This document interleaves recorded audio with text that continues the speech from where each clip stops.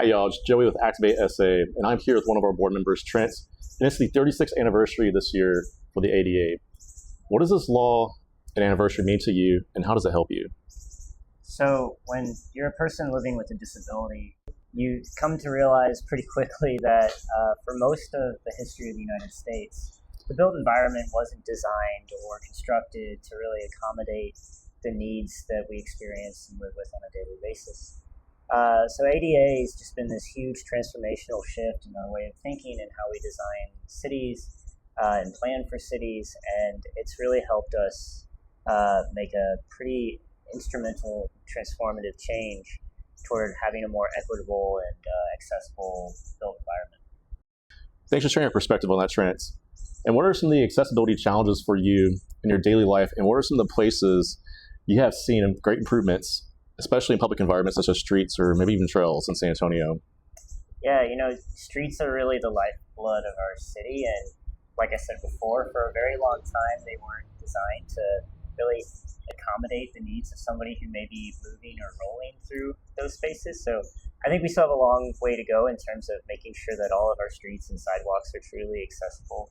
The introduction of curb ramps was a huge step in making sure that people could get from A to B if they were pushing a stroller or rolling in a wheelchair, but ensuring that there's always safe and easily accessible streets are going to be a really huge task for us as we move forward.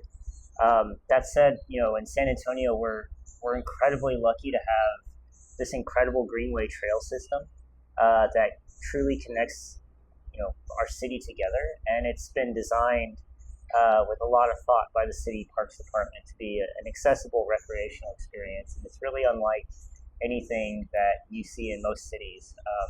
Something that large scale that's truly accessible and is a really great opportunity. I'm sure from the concrete smooth pathways to all the shade makes a big difference, right? Yeah, it really is a really great recreational asset for the disabled community. Awesome. We love to hear that. So now a lot of people want to get involved. And with that being said, what are some of the things the general public should keep in mind to create a more accessible world and help us get to the place that we want to see for San Antonio and across the entire world itself? So I like to always say that I'm actually older than the ADA is itself.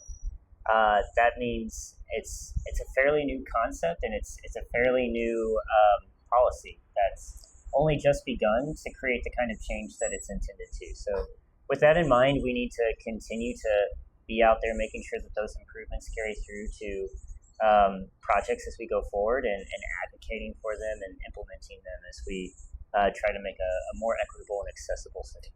So maybe for new infrastructure, maybe even maybe using 301 app to report broken sidewalks or trash, debris, and sidewalks, or maybe even potentially scooters blocking a sidewalk. Absolutely, yeah. It starts with identifying a lot of the problem and then thinking creatively about how we can go forward. Awesome.